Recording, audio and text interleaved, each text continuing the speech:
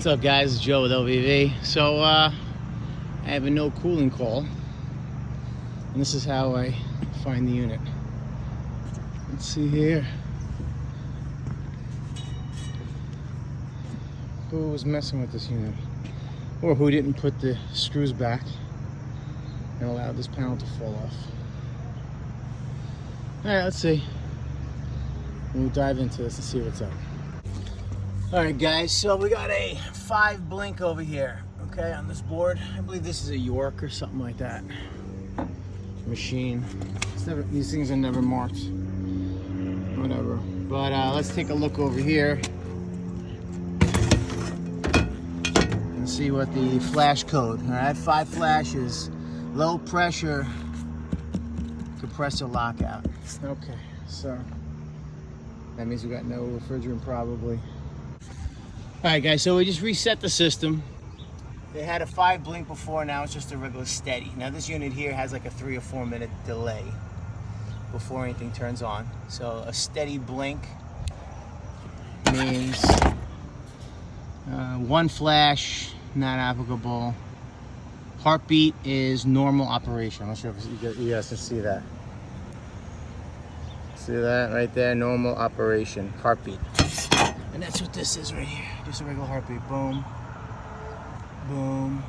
We might be dead if it was this slow. Boom, but it's fine. And it is a funeral home, so no pun intended. So we're gonna wait on this to kick on.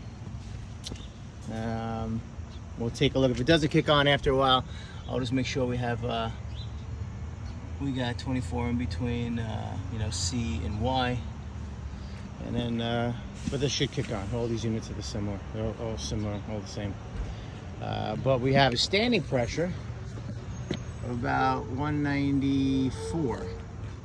We'll see if this is low, because that's what it was giving us, a low pressure signal lockout. So we'll see what's going on with this. I checked the filters are clean. Those filters are right here. All right on that back door. So those are clean. So we'll see why there's low pressure once we get this thing started. All right, guys, so this unit is running fine. Let me show you. We got 120 from the low side, 124. Now, I don't like the superheat and the subcooling. However, listen, this machine's been here for 10 years, running probably just like this. It could be a dirty coil on the inside for the evaporator coil. We'll take a little look, but I'm not going to jump into this until unless the customer says so. And they did tell me to price out a new unit, so we're going to see what's going on. But this is the root of the problem, okay, is that door was off, like when I showed you the beginning of the video. All right, so just look here. We got 245 from 120. We take this door off. Let's see here. Once you take this door off, right, remember 120 was the low head. Look, right there. It'll drop down to low pressure, and see, it's just gonna keep on going and going. So somebody here was here before me, must have not put it back on correctly. Sorry about this, I'm doing this with one hand. All right, now look, we put that door back on, right? Pressure's going back over. All right, so the science. Let's get all scientific on you now. The science on this. The reason why that's happening for newcomers. Right here is your return. So right underneath is the air coming up, coming through. Once it comes through, the coil is right back there, like I showed you. Then there's the blower right over here. So the air comes up here, right? It's gonna come up, gets sucked through the coil, into the blower motor, through the blower motor, boom, and right back down into the supply. Okay? Once you open this door, air goes to the path of least resistance. Water goes to the path of least resistance. People go to the path of least resistance. Everything does. So what happens is once you open this door, see this hole? It's much bigger than the hole for the filter, right? So where is the air going to come from? It's going to say, hey, let's not go here. Let's steal it all from this big, what? Maybe a 30-inch by 24 or 36 by 30 or whatever it is hole. So it's going to come from the path of least resistance. It's going to get sucked in here, go through the blower, and shoot straight down. bypassing the coil. What happens when you don't have a fan going on?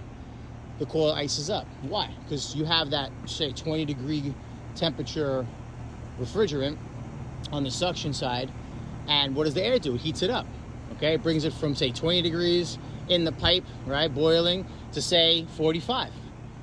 Okay, now you're not in the freezing zone anymore, and what happens? You have a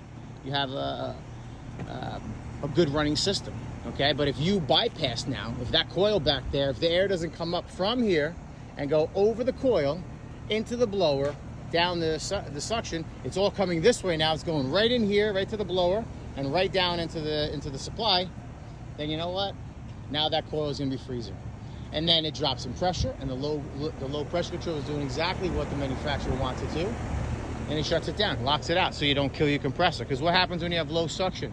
All right, if you have a charge and the fan dies, what happens?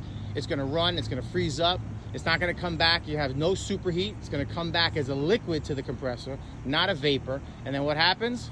You kill your compressor. Why? Because the compressor is a vapor pump, not a liquid pump.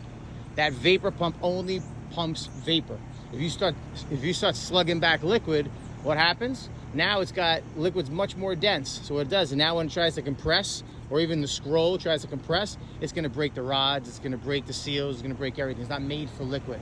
It's a vapor pump. That's why having superheat is detrimental to a system. Okay, so you want to make sure you have that superheat coming back. You want to make sure it's a vapor.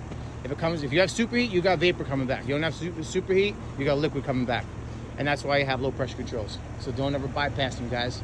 Those are safeties. So if you want to have a good business, you want people to like you, and you want people to recommend you to friends and family and business partners, do the right thing.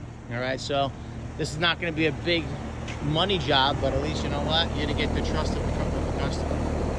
All right, so that's really what it is. That door was off. Whoever put this back on didn't care that it was on tight, or maybe they just threw it in there and was stripped out and they said, let's get out of here. So it is what it is. All right, guys, I'll see you next time. If you like, subscribe, share. See you next time.